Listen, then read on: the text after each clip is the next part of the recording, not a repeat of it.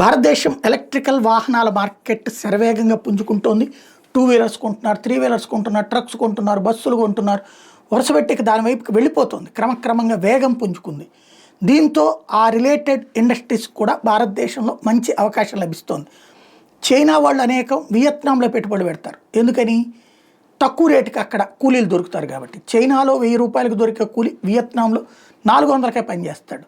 అలాంటి నేపథ్యంలో అక్కడ చైనా కంపెనీలు టెక్నీషియన్స్ని ఇక్కడి నుంచి పంపించి పనోళ్ళని అక్కడ నడిపించుకుంటున్నటువంటి సందర్భం. ఇప్పుడు వియత్నామీకి సంబంధించినటువంటి ఈవీ జెయింట్ విన్ఫాస్ట్ భారతదేశంలో తన షోరూమ్ ప్రారంభించడానికి రెడీ అవుతుంది. ఇండియన్ షోరూమ్ సూరత్, గుజరాత్లో 35 షోరూమ్ పెడుతుందట. 35 షోరూమ్లు పెడుతుంది గుజరాత్లో, సూరత్తో పాటుగా దేశవ్యాప్తంగా 2025 ఎండింగ్ కల్లా. టెస్లా వచ్చేసింది కదా, ఇక ఇవి కూడా రంగంలోకి వస్తున్నాయి.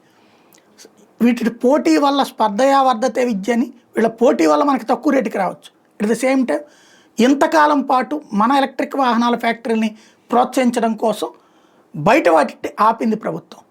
వీళ్ళు దానికి తగినటువంటి విధంగా మనకి ఈ ఈవీ ఛార్జింగ్ పాయింట్లో లేకపోతే తగినటువంటి తక్కువ రేటుకి ఇవ్వలేదు.